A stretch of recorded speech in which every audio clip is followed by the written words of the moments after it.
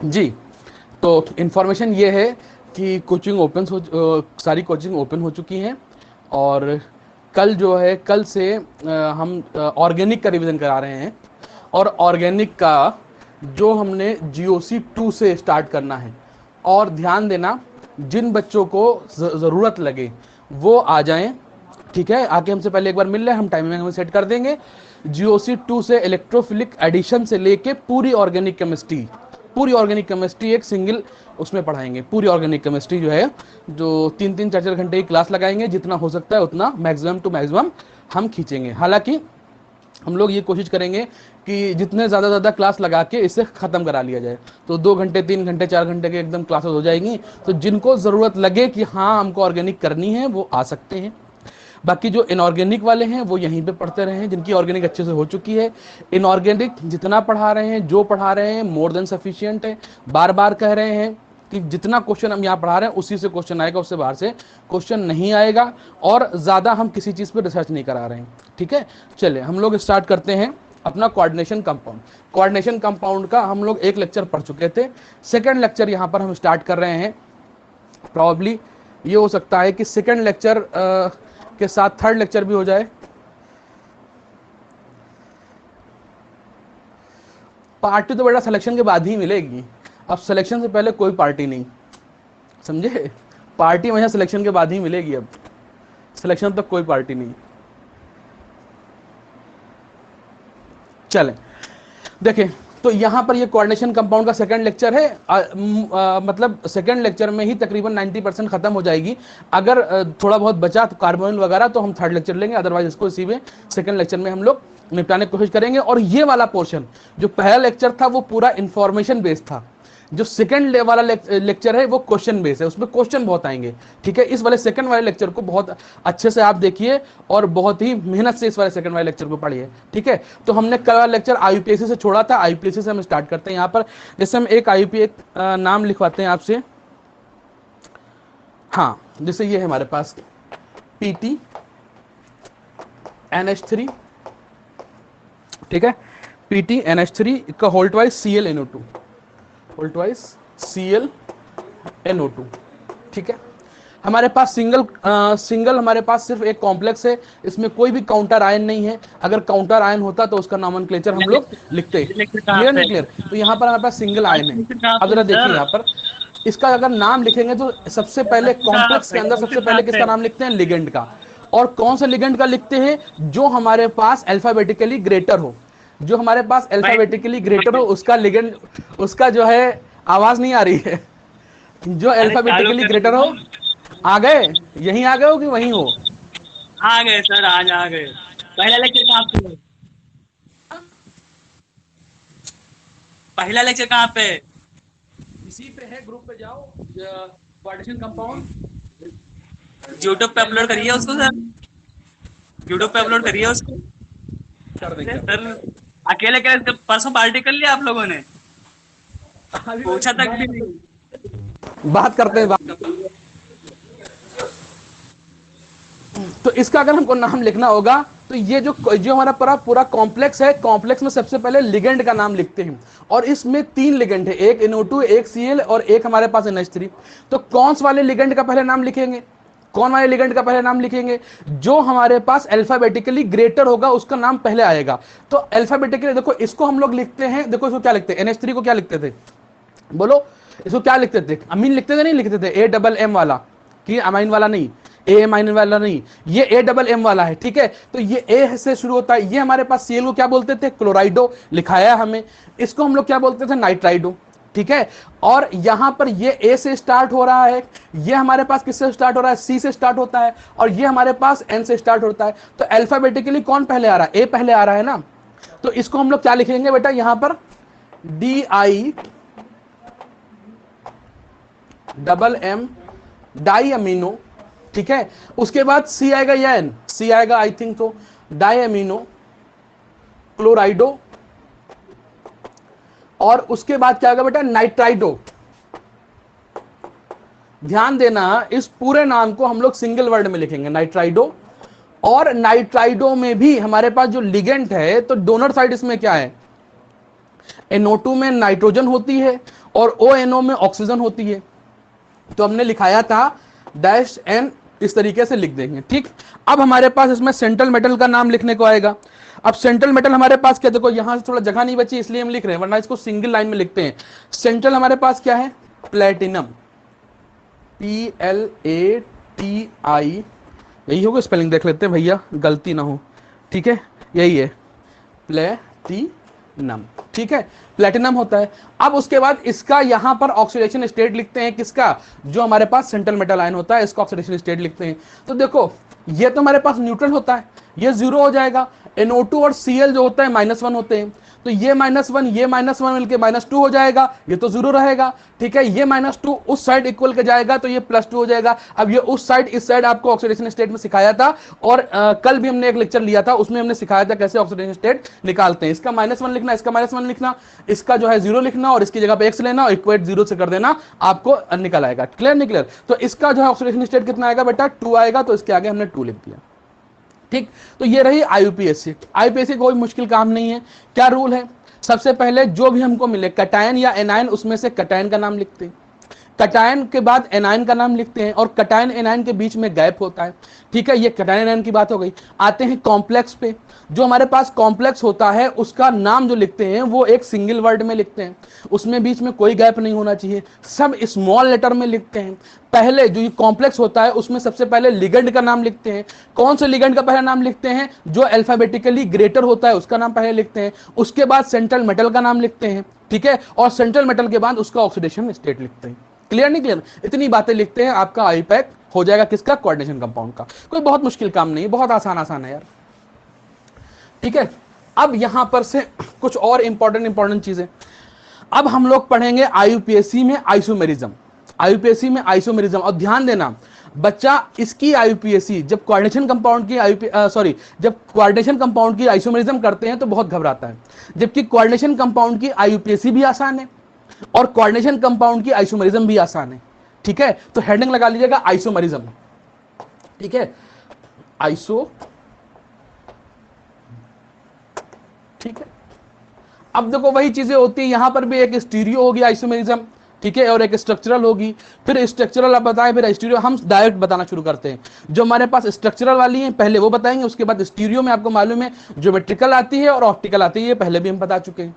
जो IUPAC वहां, जो आइसोमेरिज्म वहां थी वैसे यहां पर भी होगी। अब स्ट्रक्चरल में इसमें कुछ नाम चेंज हो जाते हैं।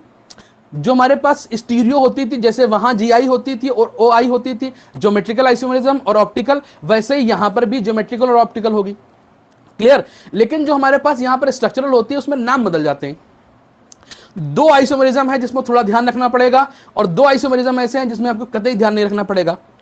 जरा ध्यान देना, पहली हेडिंग लगाइए, पहली आइसोमेरिज्म आपके पास जो होगी वो होगी आयोनाइजेशन आइसोमेरिज्म। आयोनाइजेशन आइसोमेरिज्म हम एग्जांपल लिख लेते हैं और एग्जांपल से ही उसको एक्सप्लेन करते हैं। पहली लिखिए आयोनाइजेशन आइसोमेरिज्म, पहली हेडिंग लगाइए आयोनाइजेशन आइसोमेरिज्म। तो हमारे पास कोबाल्ट ले लिया ये, और NH3 है, NH3 है, NH3 का होल 5 और SO4 है। एक हमारे पास कोऑर्डिनेशन कंपाउंड ये है, दूसरा कोऑर्डिनेशन कंपाउंड हमारे पास ये है, SO4 यहां पे है, और लास्ट बाहर Br है। दूसरा हमारे पास ये है CO, NH3 भी है और उसका होल 5 भी है, बट ये Br अंदर है और ये SO4 बाहर है। ठीक है, अगर इस टाइप की आइसोमेरिज्म मिल जाए तो इसको बोलते हैं आयोनाइजेशन आइसोमेरिज्म। ठीक है, अब इसमें क्या खास बात है आप समझिएगा।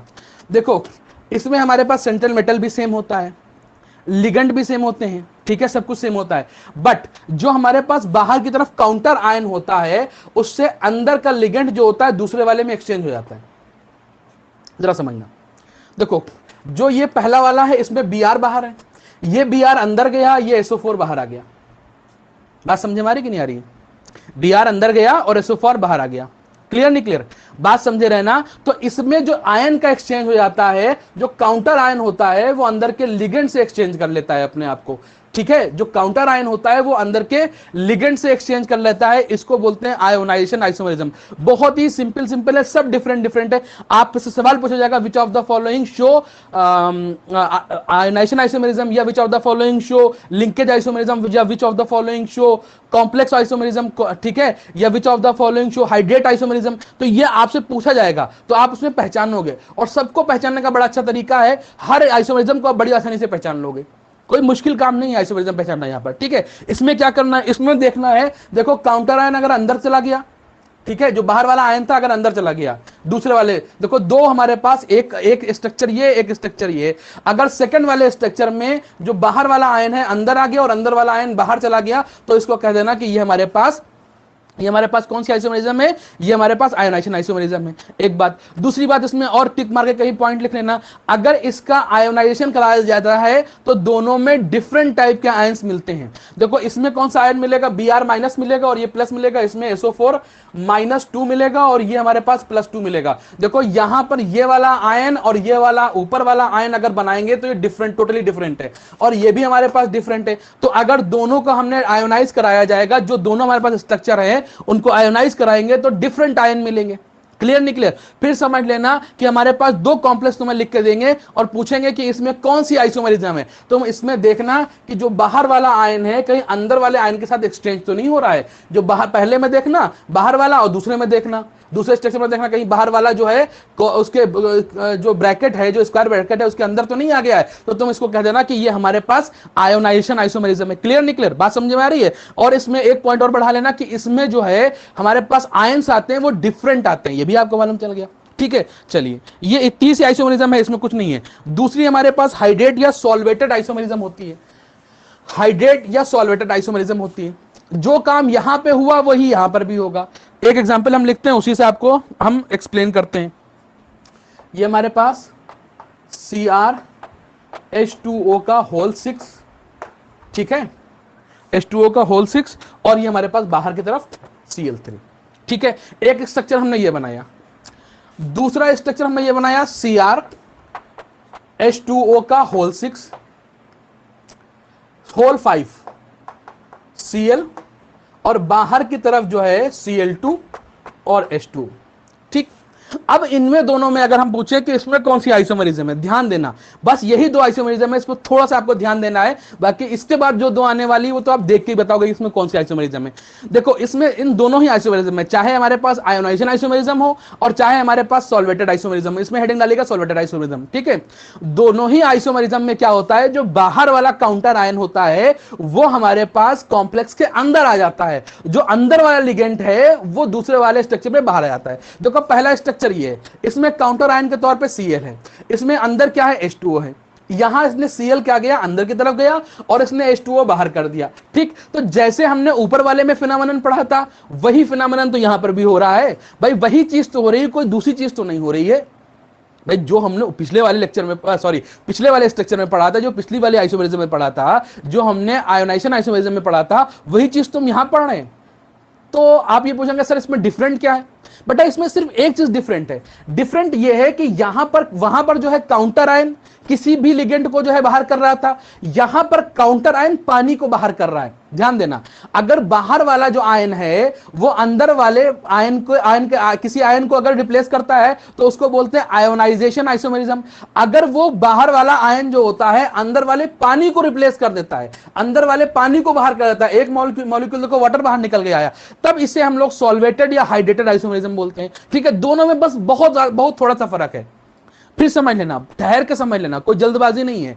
अगर हमारे पास जो बाहर वाला आयन है वो अंदर से लिगेंड को बाहर कर देता है और खुद अंदर चला जाता है, तो इस तरीके से दो आइसोमेरिज्म डेवलप हो सकती हैं। कौन कौन सी? एक आयोनाइजेशन, एक सॉल्वेटेड। ठीक है, तो सॉल्वेटेड और आयोनाइजेशन में फर्क क्या है? अगर हमारे पास कोई भी आयन जो होगा, कोई भी आयन होगा वो बाहर की तरफ जा रहा है तो उसको हम, कोई भी आयन है तो बाहर की तरफ जा रहा है तो उसको हम लोग बोलेंगे आयोनाइजेशन। लेकिन अगर आपका H2O बाहर जा रहा है तो उसको बोलेंगे सॉल्वेटेड। तो जहां कहीं पानी बाहर जाता दिखे, देखो ये कॉम्प्लेक्स है, कॉम्प्लेक्स में 6 पानी थे, इसमें 5 रह गए, एक बाहर चला गया। इसके अलावा भी एक स्ट्रक्चर बन सकता है CrH2O का होल 4, इसमें 2 Cl लगा दो और यहां पर एक Cl बचेगा, यहां पर 2 H2O आ जाएंगे, यहां पर 2 H2O आ जाएंगे। एक स्ट्रक्चर इसमें और बन सकता है डॉक्टर साहब, Cr H2O का होल 3, और ये हमारे पास Cl3 हो जाएगा, और यहां पर 3 ऑफ H2O। क्लियर नहीं क्लियर? और स्ट्रक्चर बना सकते हो? नहीं, तो नहीं बना सकते। अब बाहर कुछ बचा ही नहीं अंदर आने के लिए, जितने Cl थे 3 के 3 थे, एक एक करके सब Cl अंदर आ गए और एक एक मॉलिक्यूल बाहर, पानी को बाहर निकाल दिया। कोई मुश्किल काम है? इसको बोलते हैं सॉल्वेटेड आइसोमेरिज्म। बहुत अच्छी तरीके से आप समझिएगा डॉक्टर साहब, इसको बहुत ही अच्छी तरीके से समझिएगा, बहुत मुश्किल काम नहीं है। बस ये समझ लीजिए कि अगर आपको बाहर से कोई अंदर आता दिखाई दे और अंदर से कोई बाहर जाता दिखाई दे, तो दो तरीके की हो सकती है। कौन कौन सी? एक हो सकती है सॉल्वेटेड, एक होती है आयोनाइज। सॉल्वेटेड में बाहर से कोई भी आ सकता है, लेकिन अंदर से शर्त यह है पानी ही बाहर जाएगा। सॉल्वेटेड में बाहर से कोई भी अंदर आ सकता है, लेकिन अंदर से जो जाएगा वो शर्त यह है कि पानी ही जाएगा, वाटर ही बाहर निकलेगा। ठीक है। और हमारे पास आयोनाइजेशन है, बाहर से भी कोई आ जाए, अंदर से भी कोई निकल जाए, ये हमारे पास आयोनाइजेशन हो गई। सिंपल चीजें आपको पहचानने को बोलेगा, कहेगा इसमें कौन सी आइसोमेरिज्म है, पहचान के बताइए। तो यार इतना नहीं हम बता पाएंगे, अल्लाह के लिखा मिले। अगर हमको पानी बाहर जाता हुआ दिख जाएगा तो हम नहीं बता पाएंगे कि इसमें कौन सी आइसोमेरिज्म है। सॉल्वेटेड हम ये नहीं बता पाएंगे, यही हमसे सवाल पूछेगा। क्लियर? अच्छा, एक बात और सबसे छोटी सी बात करना चाह रहे हैं बेटा, यहां पर अगर पूछा जाए तो कितने आयंस बने, कितने आयंस बन रहे हैं, कितने आयंस बन रहे हैं, कितने आयंस बन रहे हैं। देखो Cl जो है आयोनाइज हो गए तो 3 Cl मिलेंगे, और कॉम्प्लेक्स कभी आयोनाइज नहीं होता, वो हमेशा 1 के फॉर्म में रहता है। तो एक कॉम्प्लेक्स 3 Cl मिलके 4 आयंस बने। दूसरे वाले में आ जाओ, इसमें कितने आयंस? हमारे पास 2 Cl हैं और हमारे पास एक कॉम्प्लेक्स है, 2 और 1 3 आयन। अब ये ना कहना सर H2O भी तो आयन बनाएगा, H2O आयन नहीं बनाएगा, H2O के फॉर्म में रहता है। क्लियर नहीं क्लियर? जो हाइड्रेट्स हैं वो हाइड्रेट के फॉर्म में ही रहेंगे। क्लियर? यहां पर आ जाइए, यहां पर कितना Cl है? एक Cl और एक कॉम्प्लेक्स। यहां पर कितना है? एक Cl और एक कॉम्प्लेक्स। तो यहां पर कितने आयंस बनेंगे? 2। और यहां पर अगर देखा जाए तो बाहर की तरफ तो कुछ भी नहीं है, 3 वाटर ही तो है, सिर्फ एक कॉम्प्लेक्स ही तो आयन में कन्वर्ट होगा। तो यहां पर एक आयन है, तो इसके पास 4 आयन है, इसके पास 3 आयन है, इसके पास 2 आयन है और इसके पास 1 आयन है। अब यहीं पर आइसोमेरिज्म की जगह पे एक सवाल हम चेंज करके पूछें, विच of the following show maximum conductivity. ठीक है, मैक्सिमम कंडक्शन कौन करेगा? भाई साहब जिसके पास आयन ज्यादा है वही ज्यादा कंडक्ट करा पाएगा, उसी में कंडक्शन ज्यादा हो जाएगा। क्लियर नहीं क्लियर? तो यहां पर एक पॉइंट आप टिक मार करके चाहे लिख लीजिए, लिखिए CrH2O, ये मतलब पहला वाला स्ट्रक्चर, ये वाला Cl3, इसको लिखिए, will most conductive due to greater number of ions, greater number of ions. ठीक है। अच्छा, इसमें सवाल और हम एक पूछ दें, आपसे 3-4 ऑप्शन दिए, हम ये पूछ दें कि विच of the following required most number of AgNO3। समझे रहना, अगर आपसे हम पूछे विच of the following required most number of AgNO3, तो AgNO3 ही लिया जाएगा। देखो कल भी एक सवाल कराया था, आज भी एक सवाल करा रहे हैं। तो अगर कभी कॉम्प्लेक्स लिया जाता है तो ज्यादातर आपको AgNO3 पे ही सवाल मिलेगा, ज्यादातर AgNO3 पे ही सवाल मिलेगा, क्योंकि AgNO3 ही जो होता है वो Cl के साथ AgCl का प्रेसिपिटेशन बना सकता है, कॉम्प्लेक्स प्रेसिपिटेट हो जाएगा। ठीक, तो ये हमारे पास Ag है, इसका Cl लेगा। अब कितने Cl है इसमें? 3 बाहर की तरफ, और अच्छा अंदर का तो अंदर का कोई आयन तो हम निकाल नहीं सकते, अंदर का आयन से मतलब भी नहीं होता, बाहर का आयन से मतलब होता है। तो 3 Cl है तो इसमें 3 AgNO3 खर्च होंगे, इसमें 2 Cl है तो इसमें 2 AgNO3 खर्च होंगे, इसमें 1 Cl है तो इसमें 1 AgNO3 खर्च होगा, और इसमें एको Cl नहीं बाहर की तरफ है तो इसमें कोई भी AgNO3 खर्च होगा। क्लियर नहीं क्लियर? बात समझ में आ रही है कि नहीं आ रही है? अब सवाल को बदल के हम पूछ दें, what is the stoichiometry of AgNO3, या maximum what is the maximum stoichiometry of AgNO3 in this compound, मतलब मैक्सिमम किसमें होगी। अब क्वेश्चन फ्रेम नहीं हो रहा है, लेकिन आपको भावनाएं समझो यार, भावनाएं समझो, भावनाएं।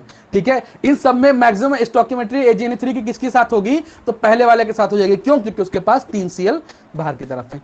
इज दैट क्लियर और not? Yes, very good.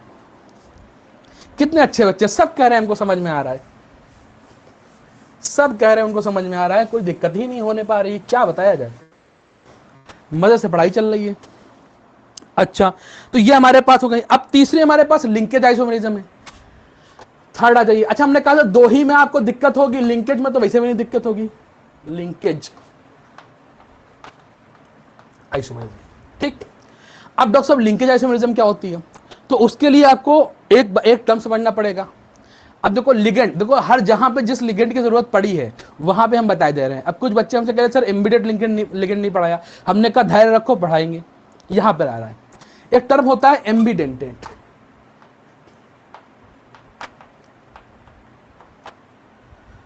Dentate, ठीक है। हमारे पास एम्बीडेंटेड लिगेंड, इसका मतलब डॉक्टर साहब क्या होता है, अगर आपने कभी भी एम्फीबियन पढ़ा हो तो उससे आपको याद आ रहा होगा, एम्फी मतलब होता है बोथ, ठीक है। तो हमारे पास अब यहां पे बोथ नहीं है, इसका मतलब यहां पर एम्फी का मतलब यहां पर एमबी जो ले रहे हैं, मतलब समझाने के रिलेट करने के लिए हमने बता दिया कि आपको यहां पे याद आ जाए, ठीक है। जैसे हम एग्जांपल लेते हैं आपका सीएन, ठीक। अगर सीएन को देखा जाए, सीएन माइनस जो होता है, सीएन माइनस, अगर सीएन माइनस को देखा जाए तो इसके पास दो डोनर साइट होती है, इसके पास दो डोनर साइट होती है, इसके पास दो डोनर साइट होती है, क्लियर। एक ये नाइट्रोजन की तरफ से डोनेट कर सकता है, एक ये कर सकता है कार्बन की तरफ से डोनेट। अच्छा, कुछ बच्चे आएंगे सर इसको डाइडेंटेड भी बोल सकते हैं, नहीं। डाइडेंटेड वो होते हैं जिसमें दो डोनर साइट्स होती हैं, वो दोनों डोनर साइड से डोनेट करता है। ध्यान देना, अगर मान लीजिए, अच्छा एक इंफॉर्मेशन देनी है, कल जो है थोड़ा सा जो है एक स्ट्रक्चर है वो हमसे गलत हो गया था, जल्दी बोला हमने सही था लेकिन हमने बनाया गलत था। एथाइलिन डाइअमीन और जो टेट्राएसीटेट था, तो हमारे पास ये हो गया एथाइलिन, ये देखो, और ये होता है डाइअमीन, इस तरीके से हमने लिखा था। वो बोला हमने एसीटेट ही था लेकिन वो चूंकि होता है थोड़ा सा जो है वो क्या बोलते हैं टाइपो मतलब लिखने में गलती हो गई, तो यहां पर एसीटेट लगेगा और एसीटेट को हमने CO माइनस लिख दिया था, वो CO माइनस नहीं होगा। देखो एसीटेट क्या होता है, CH3COO होता है। अब यहां से CO होता है, यहां से एक H निकालोगे तब यहां पे CH2 बचेगा, क्योंकि एक बॉन्ड यहां भी तो लग रहा है, और ये COO माइनस, और नीचे भी क्या हो जाएगा CH2COO माइनस, और इस वाले नाइट्रोजन पे भी यही होगा, टेट्रा एसीटेट होता है ना, कहीं पर नोट करना डॉक्टर साहब, ठीक है। ये हो गया, ठीक है। ये हमारे पास इथाइलिन डाइअमीन टेट्राएसीटेट होता है, इसको कहीं पे अगर बना लीजिएगा, कोई जरूरी नहीं है कि ये एग्जाम में आए, बट बना लीजिए इसको, ठीक है। चले अपनी बात पे आते हैं, एम्बीडेंटेड कौन होते हैं। एम्बीडेंटेड वो होते हैं जो किसी एक तरफ से डोनेट करेंगे, चाहे इधर से चाहे इधर से, मतलब होते वो मोनोडेंटेट ही हैं, ठीक, लेकिन उनके पास चॉइस होती है, वो दो तरफ से जो है डोनेट कर सकते हैं, उनके पास दो साइट्स होती हैं डोनेट करने के लिए, ठीक। अब पूछोगे इसमें और डाइडेंटेट में क्या फर्क होता है। मान लीजिए हमारे पास ऑक्सिलेट था, ऑक्सिलेट के पास दो डोनर साइट थी, लेकिन उसके साथ ही वो दोनों डोनर साइट से डोनेट भी कराता था। देखो डाइडेंटेट वो होते हैं जिनके पास दो डोनर साइट हो और दोनों ही डोनर साइट से वो डोनेट भी करें। भाई ये भी डोनर साइट है, ये भी डोनर साइट है, इससे भी डोनेट कर रहा है, इससे भी डोनेट कर रहा है। अब अगर हम सीएन की बात करें तो सीएन के पास है तो दो डोनर साइट, लेकिन वो सिर्फ और सिर्फ किसी एक डोनर साइट से ही डोनेट करता है, या तो वो नाइट्रोजन की तरफ से करेगा या कार्बन की तरफ से करेगा। इसको हम लोग बोलते हैं एम्बीडेंटेट। बात समझ में आ रही है। एम्बीडेंटेट करता सिर्फ एक ही तरफ से डोनेट है, लेकिन दो डोनर साइट उसके पास अवेलेबल होती हैं, वो दो दो डोनर साइट अवेलेबल होती है, लेकिन करता सिर्फ एक ही तरफ से डोनेट है। अगर हमारे पास कोई ऐसा मॉलिक्यूल है जिसके पास दो डोनर साइट है और दोनों ही तरफ मतलब दोनों ही डोनर साइट से वो डायरेक्टली जो है डोनेट कर रहा है, तो उसको हम लोग डाइडेंटेट की कैटेगरी में डालते हैं। बच्चा थोड़ा कंफ्यूजन ना होना, देखो ये डाइडेंटेट है, क्यों, क्योंकि दो डोनर साइट है और दोनों से ही वो डोनेट करता है। मतलब अगर कोई एक मेटल होगा तो उसकी दोनों डोनर साइट जो है इलेक्ट्रॉन देंगी। अगर यहां पर कोई मेटल हो गया तो या तो ये नाइट्रोजन साइड से ये अपना इलेक्ट्रॉन देगा या ये कार्बन साइड से देगा, दोनों तरफ से एक साथ नहीं देगा। क्लियर नहीं क्लियर, बात समझ में आ रही है। बहुत बढ़िया, तो हमारे पास एम्बीडेंटेड आपको समझ में आ गया। तो एम्बीडेंटेड जैसे हमारे पास सीएन हो गए, जैसे हमारे पास सीएन हो गया, बना लिए बेटा इसको, और जैसे हमारे पास ONO हो गया, जैसे हमारे पास ONO हो गया। क्लियर नहीं क्लियर? देखो ये हमारे पास हो गया ONO हो गया, ठीक है। और हमारे पास एक एग्जांपल ले लेते हैं, जैसे SCN होती है, SCN ट्रिपल बॉन्ड, और यहां पर सिंगल बॉन्ड, और यहां पर, अब देखो सब में दो दो डोनर साइट हैं, सब में दो दो डोनर साइट हैं। क्लियर नहीं क्लियर? देखो बेटा, सब में दो दो डोनर साइट है, इसमें नहीं पाएगा, सब में दो दो डोनर साइट है। इसमें कार्बन है और नाइट्रोजन है, इसमें ऑक्सीजन है, नाइट्रोजन है, इसमें सल्फर है और नाइट्रोजन है। क्लियर नहीं क्लियर? लेकिन ये सिर्फ एक ही तरफ से डोनेट करते हैं, एक ही तरफ से डोनेट कर सकते हैं, या तो ये नाइट्रोजन की तरफ से करेगा या कार्बन की तरफ से, ये वाला भी या तो नाइट्रोजन की तरफ से करेगा या ऑक्सीजन की तरफ से, या सल्फर की तरफ से या नाइट्रोजन की तरफ से। तो इनको बोलते हैं एम्बीडेंटेट। ठीक, अब एम्बीडेंटेट का हमारे पास लिंकेज आइसोमेरिज्म से क्या रिलेशन, जरा देखिएगा। अगर हमारे पास कोई एम्बीडेंटेट लिगेंड है तो करते क्या, जरा समझिएगा। जैसे हम एग्जांपल वेरी सॉरी जैसे हम एग्जांपल उठा लेते हैं, ये हमारे पास है, जैसे देखो, जैसे हम इसको लिख देते हैं यहां पर NH3 का होल 5 पहले ले लिया समझाने के लिए, और ये कोबाल्ट। यहां पर हमारे पास जो लिगेंड है वो ये है ONO, यहां पर ऑक्सीजन इसे डोनेट कर रहा है। क्लियर नहीं क्लियर? और दूसरा वाला जब स्ट्रक्चर बनाएंगे, जो दूसरा वाला स्ट्रक्चर बनाएंगे, जैसे ये वाला है NH3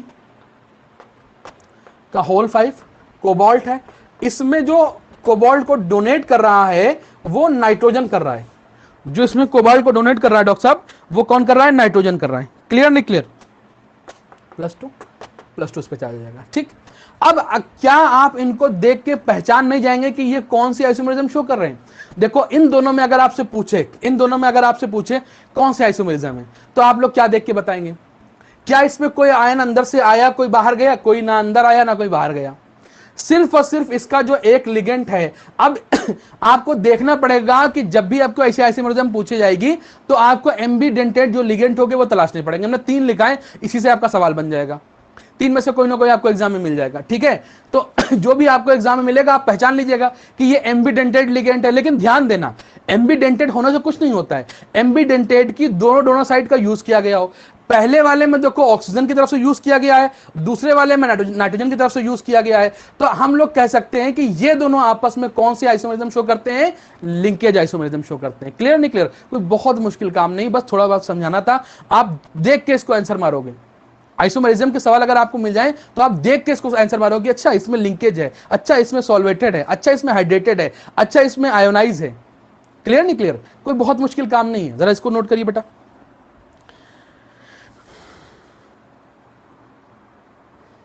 ठीक है, नेक्स्ट आप हेडिंग डालिए, नेक्स्ट हेडिंग डाल दिए बेटा, कोऑर्डिनेट आइसोमेरिज्म।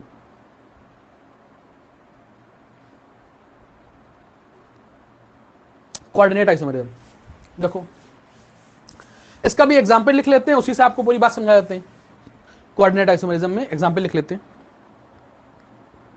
इससे हमारे पास एग्जांपल लिख लेते हैं Cu,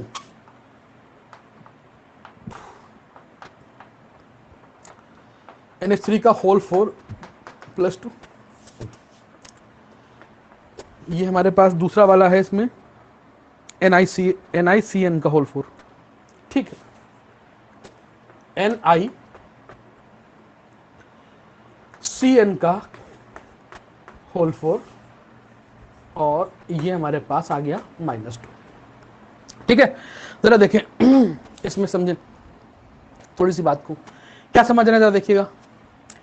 हमारे पास अगर हमारे ऊपर मिटा दे वरना कहोगे लिंकेज है, ये कोऑर्डिनेट आइसोमेरिज्म है, हेडिंग लगाना कोऑर्डिनेट आइसोमेरिज्म है।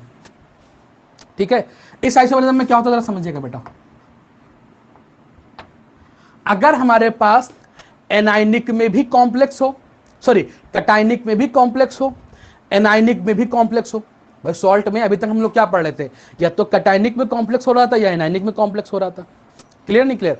अगर एनायनिक में भी कॉम्प्लेक्स हो, कैटायनिक में भी कॉम्प्लेक्स हो, दोनों जगह कॉम्प्लेक्स आ जाए और उसके आयंस एक्सचेंज हो जाए, देखो पहचानना बड़ा आसान है। अगर आपको दोनों ही जगह कॉम्प्लेक्स मिल जाए, पहले भी और बाद में, अभी तक आप लोग जैसे K4 FeCN6 लिखा, तो हमारे पास जो FeCN6 वाला था वही तो हमारे पास कॉम्प्लेक्स था, उधर वाला तो काउंटर आयन हो जाया करता था। यहां पर देखो पहले भी कॉम्प्लेक्स है, बाद में भी कॉम्प्लेक्स है, कैटायन भी कॉम्प्लेक्स है, एनायन, कैटायन मतलब पॉजिटिव वाला और एनायन मतलब नेगेटिव वाला, कैटायन भी कॉम्प्लेक्स है, एनायन भी कॉम्प्लेक्स है, दोनों ही कॉम्प्लेक्स हैं। तो ये हमारे पास कौन सी आइसोमेरिज्म शो कर सकते हैं, ये हमारे पास डॉक्टर आइसोमेरिज्म शो करेंगे, उसको हम लोग बोलते हैं कोऑर्डिनेट आइसोमेरिज्म। अब ये कैसे शो करते हैं, जब इसका नेक्स्ट स्ट्रक्चर बनाओगे तो ये कुछ इस तरीके से बनेगा, कॉपर हो जाएगा, NH3 का होल 3 कर दो यहां पर, क्यों, क्योंकि इसका एक NH3 यहां से निकल के यहां पहुंच जाएगा और इसका एक CN यहां से यहां आ जाएगा, ये हमारे पास CN हो गया, ये हमारे पास +1 बचेगा, इधर वाला दूसरा कॉम्प्लेक्स जो बन जाएगा वो Ni हो जाएगा, और ये हमारे पास CN का होल 3 होगा, और साथ में एक NH3 भी आ चुका होगा, और ये हमारे पास -1 हो जाया करता है। क्लियर नहीं क्लियर, बात समझ में आ रही कि नहीं आ रही, बोलो बेटा। अच्छा, अब हम लोग क्या करेंगे, अब हम लोग थोड़ा सा और करेंगे, सारे के सारे निकाल लेंगे। इसमें कई सारे एग्जाम्पल, हम एक ही एग्जाम्पल में आपको करा देते हैं ताकि आपका सब कुछ हो जाए, ठीक है।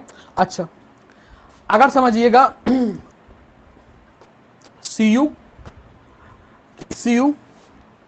NH3, अब क्या करें, ये फर्स्ट स्ट्रक्चर हो गया, सेकंड हो गया, या थर्ड लिखने जा रहे हैं, इसमें क्या करें, तो इसको जब लिखेंगे तो ध्यान देना, यहां से एक और CN यहां पर आएगा, तो यहां पर 2 NH3 बचेंगे, और यहां पर आ जाएगा CN, और CN का होल ट्वाइस आ जाएगा, ठीक। अब की देखो, अब यहां पर +1 था, अब यहां पर 0 बचेगा, एक और निगेटिव आ गया ना इधर, 0 हो गया, ठीक। इसमें आ जाओ, Ni होगा, और ये हमारे पास CN का होल ट्वाइस होगा, और साथ में NH3 का भी होल ट्वाइस होगा, और इसके ऊपर भी 0 आ जाएगा। ध्यान देना, ये वाला कॉम्प्लेक्स हमारे पास एग्जिस्ट नहीं करता, 0, क्योंकि दोनों पे 0 ऑक्सीडेशन स्टेट आ गए, तो ये वाला कॉम्प्लेक्स हमारे पास एग्जिस्ट नहीं करता, ठीक है। फिर हमारे पास और कौन, इसमें और कौन इसका स्ट्रक्चर हो सकता है, दिख रहा है, दिखेगा, बिल्कुल दिखेगा, ये हमारे पास आ गया। अब की हम लोग क्या करेंगे, हम लोग एक और CN यहां से मंगा लेंगे, तो यहां पर क्या बचा, Cu, देखो यहां पर 2 NH3 थे, अब यहां पर एक NH3 ही बचेगा, ठीक है, और साथ में 3 CN हो जाएंगे, 3 CN हो जाएंगे, और दूसरे वाले कॉम्प्लेक्स में क्या आ जाएगा, हमारे पास निकल आ जाएगा, और निकल के साथ यहां पर देखो 2 CN थे, अब यहां पर जो है एक CN बचेगा, एक CN बचेगा, एक CN बचेगा, और साथ में NH3 जो है वो 3 हो जाएंगे, NH3 जो है वो 3 हो जाएंगे। अब की इस पे -1 आ जाएगा और इस पे +1 आ जाएगा, ये एग्जिस्ट कर सकता है। तो हमारे पास एक ये हो गया, दूसरा स्ट्रक्चर ये हो गया, तीसरा ये हो गया। अभी इसमें एक और बन सकता है, कौन बन सकता है, जरा देखिएगा, ऊपर इसको बना दे रहे हैं, सबसे टॉप पे बना दे रहे हैं, एक ये बन सकता है, कॉपर हो जाए। अब देखो यहां का ये वाला भी NH3 उधर चला जाए, और इसका CN ये वाला आ जाए, तो सारे के सारे CN इधर और सारे के सारे NH3 उधर हो जाए, तो यहां पर ये हो जाएगा, सारे के सारे CN मतलब चारों CN यहां पर आ गए, और यहां पर क्या हुआ डॉक्टर साहब, Cu और साथ में NH3 का होल, सॉरी निकल होगा, यहां पर निकल हो जाएगा, और NH3 का होल 4। अब इस पे आ जाएगा -2 और इस वाले पे आ जाएगा +2, रिवर्स हो जाएगा, ठीक। तो इसके हम 4 स्ट्रक्चर बना सकते थे, हमने बता दिया 0 वाला एग्जिस्ट नहीं करता, तो 0 वाला हम लोग लेंगे नहीं, ठीक है। तो ये एक स्ट्रक्चर, 2, 3 और 4 आइसोमर बन गए इसके। क्लियर नहीं क्लियर, ये कौन से आइसोमर कहलाते हैं बेटा, ये कोऑर्डिनेट आइसोमर कहलाते हैं। क्यों, क्योंकि इसमें एनायनिक पार्ट भी जो है हमारे पास कॉम्प्लेक्स है, और अच्छा पहचानने को अगर दे दिया जाए तो पहचान तो 2 मिनट में लेंगे, आपसे वहां पर ये बनवाएगा थोड़ी ना बैठाल के कि सारे बना के दिखाओ, और अगर बना के दिखाने कहेगा भी तो क्या करना है, इसमें से एक आयन उठाना है, उसमें डालना है, और इसका आयन उधर कर देना है, बस दोनों कॉम्प्लेक्सेस के आयन को एक्सचेंज कर देना बना बना में, यही तो करना है। करना क्या यार, बहुत आसान है केमिस्ट्री डॉक्टर साहब, बहुत आसान है, बहुत मुश्किल काम नहीं है, बहुत आसान है, बस चीजें आप समझते जाइए, कॉन्सेप्ट पढ़िए, ठीक है। चले,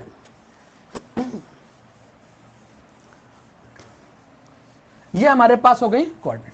अब देखिए हमारे पास स्टीरियो आती है, और स्टीरियो में पहली हम लोग पढ़ेंगे ज्योमेट्रिकल आइसोमेरिज्म। हेडिंग लगा लीजिए ज्योमेट्रिकल आइसोमेरिज्म, स्टीरियो में पहली हेडिंग लगा लीजिए ज्योमेट्रिकल आइसोमेरिज्म।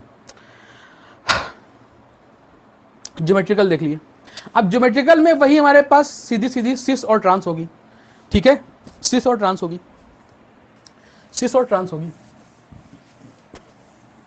हम लोग पढ़ के है ना ज्योमेट्रिकल आइसोमेरिज्म, सिस और ट्रांस पढ़ के है ना, एक सिस होती है एक ट्रांस होती है।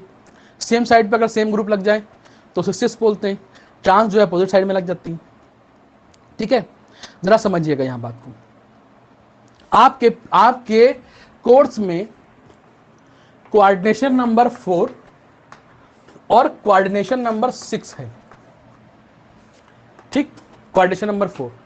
ठीक है, कोऑर्डिनेशन नंबर 4 को अगर हम लोग बात करें, कोऑर्डिनेशन नंबर 4 की बात करें तो यहां पर दो तरीके के हमारे पास स्ट्रक्चर बन जाते हैं। एक हमारे पास टेट्राहेड्रल होता है, टेट्राहेड्रल होता है। ठीक है, थोड़ा बहुत आपको अगर केमिकल बॉन्डिंग याद रह गया हो तो आपको मालूम होगा, एक टेट्राहेड्रल स्ट्रक्चर हुआ करता था। और वहीं पर आप लोगों ने पूछा था सर स्क्वायर प्लेनर क्या होता है, तो एक स्क्वायर प्लेनर होता है। आप लोग पूछते थे कि सर स्क्वायर प्लेनर क्या होता है, तो इसमें दो तरीके के स्ट्रक्चर बन सकते हैं। ठीक, अभी आप हमसे ये ना पूछिएगा कि टेट्राहेड्रल सर क्या होता है और स्क्वायर प्लेनर क्या होता है, ये जस्ट इसके बाद का टॉपिक है। हम लोग हाइब्रिडाइजेशन पढ़ेंगे, वहां पे हम बताएंगे कि स्क्वायर प्लेनर क्या होता है, टेट्राहेड्रल क्या होता है। ठीक, हालांकि आपको मालूम है टेट्राहेड्रल क्या होता है। ठीक है, अच्छा, इसमें अगर हमारे पास इसका हाइब्रिडाइजेशन निकाला जाएगा तो इसका होता है sp3 हाइब्रिडाइजेशन होता है। टेट्राहेड्रल है तो इसका हाइब्रिडाइजेशन sp3 आता है, इसका हाइब्रिडाइजेशन जो आता है वो dsp2 आता है, dsp2 आता है।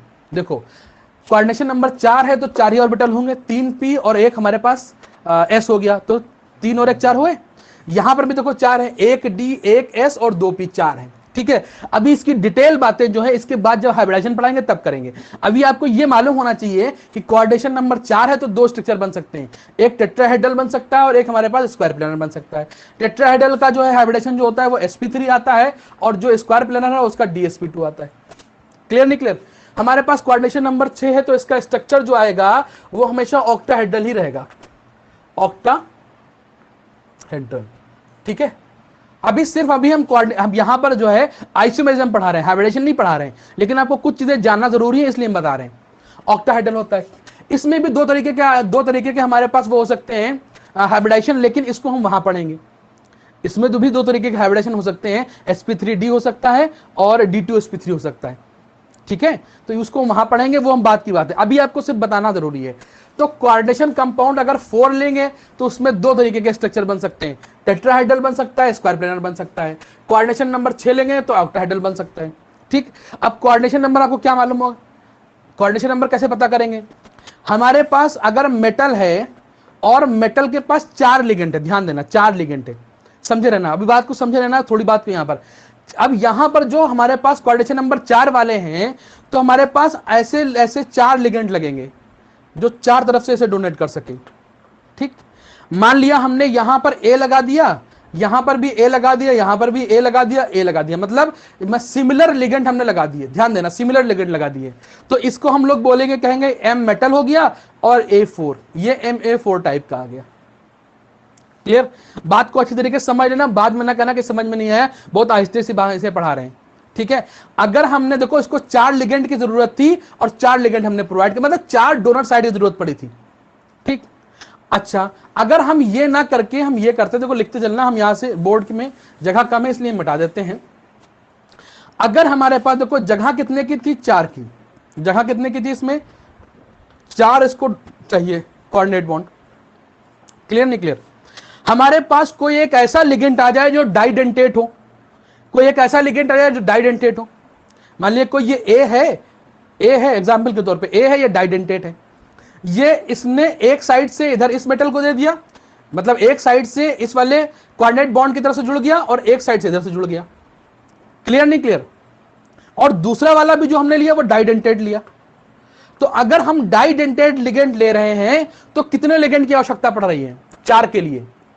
ध्यान देना, अगर डाइडेंटेट हमको लिगेंड मिल गया है तो कितनी की आवश्यकता पड़ रही है? सिर्फ और सिर्फ 2 ही। देखो एक ए ये लिया, एक ए ये लिया, इसकी चारों वैलेंसी उसने फुलफिल करा दी। बात समझ में आ रही कि नहीं आ रही है? तो यहां पर इसको अगर हम शॉर्ट में लिखते हैं तो ऐसे लिखते हैं, एम लिखेंगे, और चूंकि ये डाइडेंटेट होता है, आपको याद होगा हमने इससे लिखेंगे सेम लिगेंड है और हम इसमें 2 लगा देंगे। क्लियर नहीं क्लियर? बात समझ में आ रही कि नहीं आ रही? बहुत बढ़िया। तो यहां पर इसको हमने फुलफिल करने के लिए बाइडेंटेट लिगेंड लिया, उसको हमको 2 ही की आवश्यकता पड़ी। ठीक, इसी तरीके से हमारे पास इधर आ जाओ, अगर हमारे पास ऑक्टाहेड्रल वाले की बात करें, ऑक्टाहेड्रल या कोऑर्डिनेशन नंबर 6। अब अगर ऑक्टाहेड्रल की बात करें तो इसको हमें 6 चाहिए, 6 कोऑर्डिनेट बॉन्ड चाहिए। देखो इस तरीके से हम ऐसे शॉर्ट में बता दे रहे हैं, 6 कोऑर्डिनेट बॉन्ड चाहिए। या तो हम सिंगल सिंगल मोनोडेंटेट के 6 दे दें तो हमारे पास काम चल जाएगा, ठीक है। या फिर हम ये कर सकते हैं डाइडेंटेट के हम 3 दे दें, 3 दूना 6 होगा, 3 दूना 6 होता है, तो डाइडेंटेट वाले 3 दे सकते हैं। और या हम ये कर सकते हैं ट्राइडेंटेट वाला 2 दे सकते हैं, ट्राइडेंटेट वाले 2 दे सकते हैं। या हम लोग हेक्साडेंटेट वाला सिर्फ 1 दे दें। बात समझ में आ रही, खुल के समझ में आ रही कि नहीं आ रही है, अच्छी तरीके से समझ लेना। तो अगर इसको हम लिखना चाहें तो हम इसको लिख सकते हैं MA6, ठीक है। अगर हमने डाइडेंटेट का इस्तेमाल किया तो डाइडेंटेट को हम कैसे लिखते हैं, 2A को आपस में जोड़ देते हैं। और डाइडेंटेट कितने लगेंगे भाई, 6 डोनर साइट है इसमें, मतलब 6 इसका कोऑर्डिनेशन नंबर है ना, तो 6 का मतलब कितने लगेंगे, 3। 1 2 देगा तो 3 6 देंगे ना, तो यहां पर ट्वाइस लिख देंगे, ठीक है, सॉरी थ्राइस। 2 तो इसकी डेंटिसिटी है और 3 ये हो जाएंगे। तो हम पहले भी कोऑर्डिनेशन नंबर निकालना सिखा चुके हैं, यहां पर भी हमने थोड़ा सा आपको दे दिया। अब आपको अगर कहीं पर MA4 दिख जाए, MA6 दिख जाए, तो ये आप समझ जाइएगा। अगर मान लिया MAA का होल थ्राइस दिख गया तो आप ये समझ जाइएगा ये डाइडेंटेट है, इसने 3 लिगेंड से काम चल जाएगा। क्लियर नहीं क्लियर? अच्छा, अब यहां से एक बात समझिए, एक पॉइंट टिक मार करके लिखिए। जो ज्योमेट्रिकल आइसोमेरिज्म है, ज्योमेट्रिकल आइसोमेरिज्म है ट्राइगोनल, जो हमारे पास अगर कोई ट्राइगोनल है कोऑर्डिनेशन कंपाउंड में, ट्राइगोनल और टेट्राहेड्रल दोनों ही, ट्राइगोनल और टेट्राहेड्रल दोनों ही ज्योमेट्रिकल आइसोमेरिज्म नहीं शो करती। कहीं पर टिक मार करके लिखेंगे। देखो कोऑर्डिनेशन नंबर 4 में टेट्राहेड्रल और स्क्वायर प्लेनर होता था, तो यहां से हमने एक कंपटीशन वैसे खत्म कर दिया कि अगर हमको कोऑर्डिनेशन नंबर 4 को पढ़ना है, इसमें 4 लिगेंड लगे होंगे, तो उसमें से टेट्राहेड्रल और ट्राइगोनल में जीआई होती ही नहीं है। अब हमारे पास सिर्फ एक बचा स्क्वायर प्लेनर। स्क्वायर प्लेनर में जीआई मौजूद होती है, स्क्वायर प्लेनर में जीआई मौजूद होती है। जरा देखिएगा, स्क्वायर प्लेनर में जीआई होती है। अब आप हेडिंग डाल लीजिए जीआई इन स्क्वायर प्लेनर। जो आपके पास स्क्वायर प्लेनर होगा उसमें जीआई कैसे हम लोग शो करेंगे। देखो ध्यान देना, अगर हमारे पास कहीं पर यह कंडीशन मिल जाए MA4, किसकी बात कर रहे हैं, स्क्वायर प्लेनर की बात कर रहे हैं, कोऑर्डिनेशन नंबर 4 में, कोऑर्डिनेशन नंबर 4 के स्क्वायर प्लेनर को हम लोग पढ़ रहे हैं। अगर आपको ये कंडीशन मिल जाए कि हमारे पास मोनोडेंटेट के चारों लिगेंड लगे हों और चारों सिमिलर लिगेंड लगे हों, कहीं पर यह लिखे जाए MA3B, मतलब 3 मोनोडेंटेट जो लिगेंड हो वो तीनों एक जैसे हों, या कहीं पर यह दिख जाए MA B3, तो यह हमारे पास ज्योमेट्रिकल आइसोमेरिज्म नहीं शो करते। लिखिए, अगर ऐसी कंडीशन आ जाए तो यह हमारे पास ज्योमेट्रिकल आइसोमेरिज्म नहीं शो करते। क्लियर नहीं क्लियर? ये मोनोडेंटेट की बात कर रहे हैं। अगर डाइडेंटेट में हमको मिल जाए ऐसा, कहीं पर ऐसा, देखो इसको अगर हमको डाइडेंटेट लेंगे तो सिर्फ 2 ही लिगेंड से काम चल जाएगा ना। अगर ये मिल जाए तो डाइडेंटेट में अगर आपको मिल जाए ऐसी कंडीशन, तो ये भी हमारे पास ज्योमेट्रिकल आइसोमेरिज्म शो नहीं करता। क्लियर नहीं क्लियर? बात को समझे रहे ना? ये भी हमारे पास ज्योमेट्रिकल आइसोमेरिज्म शो नहीं करता। मोनोडेंटेट अगर लिगेंड्स हैं तो हमारे पास अगर 4 एक जैसे हैं या 3 एक जैसे हैं तो हमारे पास ज्योमेट्रिकल आइसोमेरिज्म नहीं शो करेगा। अगर हमारे पास कोई ऐसा है जिसमें 2 एक जैसे हैं और 2 अलग जैसे हैं तो फिर वो शो कर सकते हैं। अभी आप बताएंगे। पहले जो नहीं वाले हैं वो आप लोग लिख लीजिए। जो MA4 वाला है उसका मतलब हमने बता दिया MA3B, मतलब 3 एक जैसे और B वाला अलग है। यहां पर B वाले 3 एक जैसे हैं और एक ये अलग है। तो ये हमारे पास क्या होता है डॉक्टर साहब, ज्योमेट्रिकल आइसोमेरिज्म शो नहीं करते हैं। बात समझ में आ रही कि नहीं आ रही? अच्छा जरा देखो, जो नहीं करते हैं। अब हमारे पास कौन कौन करते हैं। अगर हमको कहीं पर यह मिल जाए M 2 लिगेंड एक जैसे और 2 लिगेंड एक जैसे, तो यह हमारे पास जीआई शो करेगा। और कौन सी करेगा? सिस एंड ट्रांस करेगा।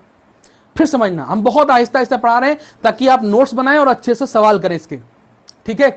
MA4 वाला नहीं कर सकता, मतलब जिसमें चारों लिगेंड एक जैसे हैं, 4 लिगेंड एक जैसे हो या 3 लिगेंड एक जैसे हो, तो वो हमारे पास ज्योमेट्रिकल आइसोमेरिज्म शो नहीं करता। जैसे एग्जांपल ले लेते हैं, कोई एग्जांपल उठा लेते हैं, जैसे एग्जांपल पीछे से कोई उठा लें एक, जैसे आपसे ये पूछें, हम कहें कि हमारे पास K2 और PD और Cl4 है, हम पूछें क्या ये हमारे पास ज्योमेट्रिकल आइसोमेरिज्म शो करेगा? सीधे मना कर दो, चारों लिगेंड एक ही जैसे हैं, चारों लिगेंड एक ही जैसे, ये नहीं शो करेगा।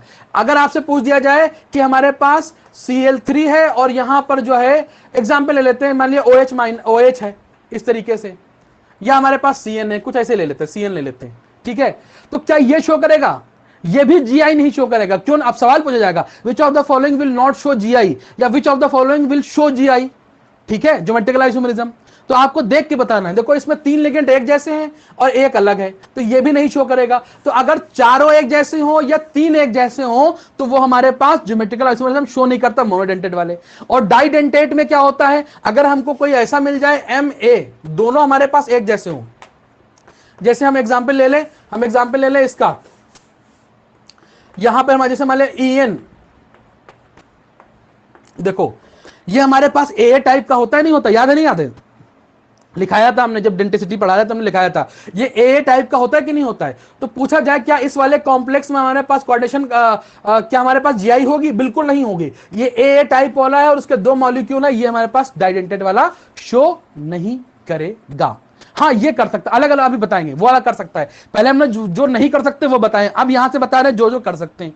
तो हमारे पास अगर ये वाली कंडीशन आ गई, कान वाली, हमारे पास MA2B2 आ जाए, ऐसे लिखा होगा, आपको कॉम्प्लेक्स बना के दे रखा होगा MA2B2, मतलब 2 लिगेंड एक जैसे और 2 लिगेंड अलग जैसे, ठीक है, 2 लिगेंड सिमिलर हो, ठीक है, और 2 अलग वाले सिमिलर हो तो काम चल जाएगा। अगर 3 सिमिलर हो जाए या 4 सिमिलर हो जाए तो वो हमारे पास GI शो नहीं करेगा। तो ये कौन सी GI शो करता है बेटा? सिस एंड ट्रांस। कैसे शो करता था देखिएगा, देखो ये हमारे पास, इसको पहले हम इस तरीके से एक स्क्वायर बना लेते हैं, 4 खाने वाला, बीच में हम मेटल रखते हैं, ठीक है। अब यहां से हम इस तरीके से कोऑर्डिनेट बॉन्ड बना देते हैं अंदर की तरफ चारों, ठीक है। अब देखो इसके 4 कोने हैं, अगर हमने यहां पे A रखा और उसी साइड में दूसरा भी A रखा, यहां पे B रखा, उसी साइड में दूसरा भी B रखा, तो ये हमारे पास सिस आइसोमर हो जाएगा, ठीक। दूसरा वाला हम बनाएंगे ट्रांस, देखो क्या बनाएंगे, एक स्क्वायर बनाएंगे, मेटल को हम लोग बीच में रखेंगे, अंदर की तरफ 4 के 4 कोऑर्डिनेट बॉन्ड बना देंगे, देखो ये हमने बना दिए। क्लियर नहीं क्लियर? अगर हमने यहां पर A रखना है तो दूसरा वाला A जो होगा इसके जो हम लोग यहां पर रखेंगे ट्रांसफर पे, ये A, ठीक। और हमारे पास दूसरा B यहां पर रखेंगे तो इसका जो अपोजिट होगा वो इसके जस्ट सामने इधर होगा, ठीक है। तो इसको हम लोग बोलते हैं ट्रांस। बात समझ में आ रही कि नहीं आ रही? कोई बहुत मुश्किल काम नहीं बता रहे, बहुत आसान आसान काम बता रहे हैं। सिस और ट्रांस, देखो अगर ट्रांस होगा ना तो उसके डायगनली अपोजिट होगा, डायगनली अपोजिट होगा, और सिस वाला क्या होगा, एक ही साइड में होगा। तो ये सिस हो गया या ट्रांस हो गया। जैसे हम एक एग्जाम्पल आपसे पूछ लेते हैं, आपसे एक एग्जाम्पल पूछ लेते हैं। जैसे हमारे पास एक एग्जाम्पल ये है, हम पूछें आपसे, पहला तो सवाल ये आपसे पूछेंगे कि PtCl2 NH3 का होल ट्वाइस, ठीक है। इसको ऐसे भी लिख सकते हैं, दोनों के ब्रैकेट में हम लोग लिख सकते हैं, Cl2 भी लिखा जा सकता है, Cl2 NH3 का होल ट्वाइस। क्लियर नहीं क्लियर? हम पूछे क्या ये हमारे पास GI शो करेगा, तुमने इसमें फटाफट लिगेंड गिने, कहा 2 2 4, मतलब ये कोऑर्डिनेशन नंबर 4 वाला है। कोऑर्डिनेशन नंबर निकालना सिखाया था हमने, कोऑर्डिनेशन नंबर निकाला जब हमने वो पढ़ा रहे थे, वर्नस थ्योरी पढ़ा रहे थे, तो हमने बताया था डेंसिटी इनटू जो है नंबर ऑफ लिगेंड। तो इसकी डेंसिटी 1, इसकी भी 1, और नंबर ऑफ लिगेंड कितने हैं, 4, तो 4 एकम 4, मतलब कितना हुआ, इसकी कोऑर्डिनेशन नंबर हुआ 4। और 4 में जो है हमसे पूछे कि ये हमारे पास शो कर सकता है कि नहीं कर सकता है, तो हम लोग कहेंगे बिल्कुल शो करेगा। क्यों? क्योंकि ये हमारे पास A2B2 टाइप का है, मतलब 2 लिगेंड सिमिलर है, इसमें भी 2 लिगेंड सिमिलर है, ये हमारे पास शो करेगा। क्लियर नहीं क्लियर? कंडीशन समझ लेना, अगर 3 लिगेंड सिमिलर होते तो नहीं करता, 4 लिगेंड सिमिलर होते तो नहीं करता, 2 सिमिलर हैं कोई भी दो सिमिलर हो, ये दो सिमिलर हो, ये दो सिमिलर हो चलेगा, ये दो सिमिलर हो और ये दोनों डिसिमिलर हो, मतलब ए टू बी सी टाइप का भी चल जाएगा, ए टू बी सी टाइप का भी चल जाएगा। बात समझ रहे ना, कॉन्सेप्ट पे ध्यान देना। दोनों सिमिलर है, ये भी दो दो में बांट दिया ना, ये दो मोनोडेंटेड ये सिमिलर है, दो मोनोडेंटेड ये सिमिलर है, ये हमारे पास ज्योमेट्रिकल आइसोमेरिज्म शो करेगा। सवाल नंबर 1 ये बना, क्या ये शो करेगा? तुम कहोगे हाँ करेगा। सवाल नंबर 2 तुमसे पूछेगा कि अच्छा बना के दिखाओ, तुम इसके सिस टर्म्स बना पाओगे? तो वही हमने क्या बनाया, 4 पीटी को बीच में रखा, स्क्वायर बनाया और पहले कोऑर्डिनेट बॉन्ड लगाया, ये देखो अंदर की तरफ कर दिया हमने। ठीक, अब हमने क्या किया, दोनों को उठाया, 2 Cl और 2 NH3 है, एक Cl को यहां पे लगाया और एक Cl को यहां पे लगाया, एक NH3 को यहां पे रखा और एक NH3 को हमने यहां पे रखा। ठीक, तो ये हमारे पास देखो दोनों ग्रुप सेम साइड में है, ये भी दोनों ग्रुप सेम साइड में है, इसको बोलते हैं सिस। अच्छा, इसका ट्रांस अगर हम निकालें तो क्या बनेगा? बहुत आसान है, आपको मालूम है, ये हमारे पास पीटी हो जाएगा, 4 कोऑर्डिनेट बॉन्ड बना देते हैं, देखो फटाफट बना दिया हमने, ये अंदर की तरफ। यहां पर हमने एक अगर Cl रखेंगे तो इसके जो है डायगोनली अपोजिट दूसरा Cl रखेंगे, और उसके बाद एक NH3 यहां पर, ऑब्वियस सी बात है डायगोनली अपोजिट यहां पे आ जाएगा, तो ये वाला ट्रांसफॉर्म हो गया और वो वाला हमारे पास सिस हो गया। तो हमारे पास 2 सवाल बन गए, हमसे पूछा जाए कि क्या इस वाले कंपाउंड में, इस वाले कोऑर्डिनेशन कंपाउंड में क्या जीआई शो होगा? बिल्कुल होगा, हमने बता दिया, क्योंकि ये A2B2 टाइप का हो गया। दूसरी बात, इसमें स्ट्रक्चर कौन सा बनेंगे? सिस ऑन ट्रांस बन जाएंगे। क्लियर नहीं क्लियर? इसमें एक और टिक मार्कर, डबल टिक मार्कर के एक पॉइंट लिखना, इसका नाम, इसको बोलते हैं सिस प्लैटिन, बड़ा इंपॉर्टेंट कंपाउंड है सिस प्लैटिन, इसको हम बोलते हैं सिस प्लैटिन। क्या होता है? P2Cl2NH3 सिस फॉर्म जो उसकी होगी, ये इसको बोलते हैं सिस प्लैटिन। और सिस प्लैटिन जो होता है वो एंटी कैंसर ड्रग के लिए यूज होता है। जो एंटी कैंसर ड्रग होती है, सिस प्लैटिन को एंटी कैंसर ड्रग की तरह इस्तेमाल किया जाता है। लिख लीजिएगा, बहुत बार क्वेश्चन पूछा गया है, जेई में पूछा गया है, नीट में पूछा गया है, कई बार पूछा गया है। जो सिस प्लैटिन होता है वो एंटी कैंसर ड्रग के तौर पे इसका इस्तेमाल किया जाता है। क्लियर? सिस प्लैटिन का नाम सिस प्लैटिन लिख के भी सवाल पूछा जा चुका है, इसका स्ट्रक्चर देख के भी सवाल पूछा जा चुका है, इसका इस तरीके से भी मतलब इस तरीके से लिख के भी पूछा जा सकता है। पूछा जाएगा which of the following anti cancer drug, तुमको इस तरीके से लिख के दे दिया है तब भी पहचान लोगे। हालांकि तुम्हें ये नहीं मालूम है कि ये सिस होगी ट्रांस होगी, तो लेकिन अंडरस्टूड सी बात है कि ये सिस होगी, सिस बनाएगी तो हमारे पास ये एंटी कैंसर ड्रग हो जाएगी। तुमको इस तरीके से बना के दे दिया जाए, ये बना के दे दिया जाए, सिस और ट्रांस बना के दोनों दे दिया जाए, पूछा जाए विच of the following is anti cancer drug, तो क्या बताओगे? इसको बताओगे, सिस प्लैटिन को। क्लियर? कोई डाउट? बहुत बढ़िया बात है। अच्छा, तो हमारे पास अब यहां से हम बता रहे कौन कौन हमारे पास जीआई शो कर सकता है। ठीक है, अच्छा इसके बाद आ जाइए, हमारे पास नेक्स्ट टाइप जो है वो A2BC टाइप है। A2BC टाइप, अगर हमारे पास 2 सिमिलर हो और 2 डिसिमिलर हो, A2BC टाइप। अब आपको समझ में आ गया होगा। ठीक है, तो इसमें जो हमारे पास आइसोमेरिज्म होगी वो सिस होगी और ट्रांस होगी, जैसा कि ऊपर बताया। ठीक है, सिस होगी और ट्रांस होगी। क्लियर नहीं क्लियर? सिस कैसे बनेगी भाई? हमारे पास ए एक साइड में आ जाएंगे, और ट्रांस कैसे बनेंगे? ये वाला ए और ये वाला ए ट्रांस मतलब डायगोनली अपोजिट हो जाएगा, सिस और ट्रांस से निकाल लेंगे। आसान है ना? सिस कैसे बनेगा? चलो अब देखो, जल्दी जल्दी बना रहे, क्वाड्रेट बॉन्ड नहीं बना रहे। ए यहां पे होगा, ए यहां पे हो जाएगा, बी और सी देखो ये सिस हो जाएगा। अब अंदर क्वाड्रेट बॉन्ड नहीं बना, जल्दी जल्दी बना रहे, तुम लोग अपना बना लेना। अरे लो लाइन खींच देते हैं यार, बस यहां पे आ जाओ।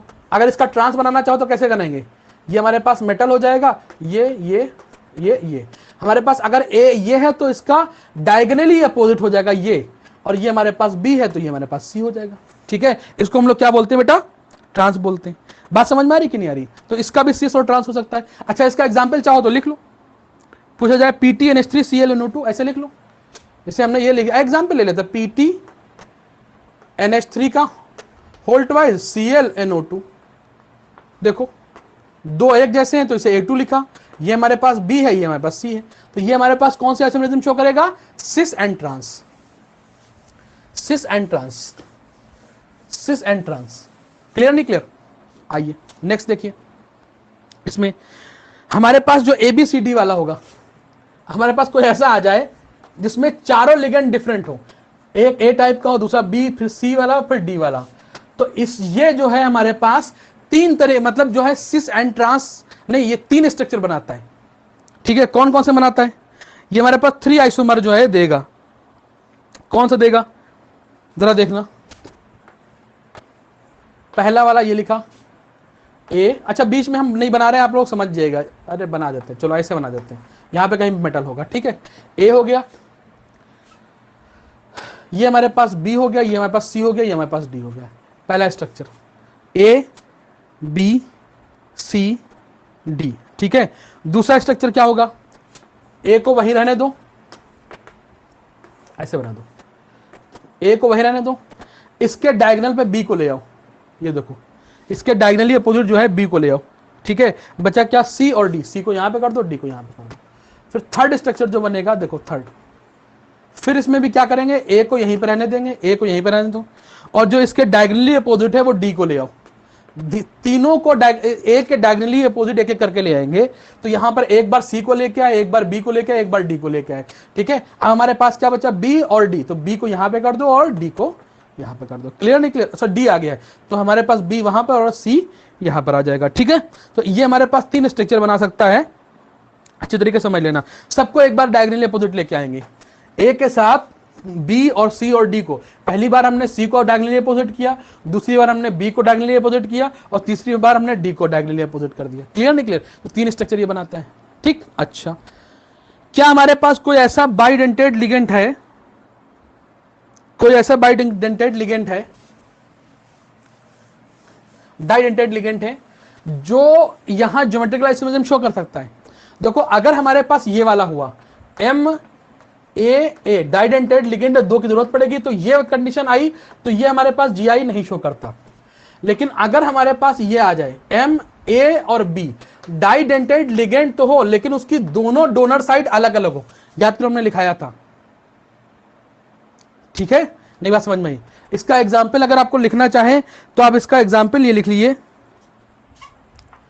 पीटी और GLY ग्लाइसिनेट। याद है डाइडेंटेट था, हमने वहां बताया भी था। ये हमारे पास डाइडेंटेट होता है, और इसमें खास बात ये होती है इसकी दोनों डोनर साइड जो होती है वो डिफरेंट होती है। एक तरफ से वो CO की तरफ से, एसीटेट की तरफ से, और एक वो अमोनिया वो अमीन NH2 की तरफ से जो है वो डोनेट कराता है। याद नहीं? याद है? भूल गए? तो इसका जब स्ट्रक्चर बनाएंगे, सिस और ट्रांस बनाएंगे, तो कैसे बनाएंगे जरा देखिएगा। ठीक है, इसको यहां बना दे, इसको थोड़ा मिटा रहे हैं, इसको एग्जाम्पल ऊपर के लिख देते हैं, पीटी और ये हमारे पास GLY ग्लाइसिटेट। याद है नहीं याद है?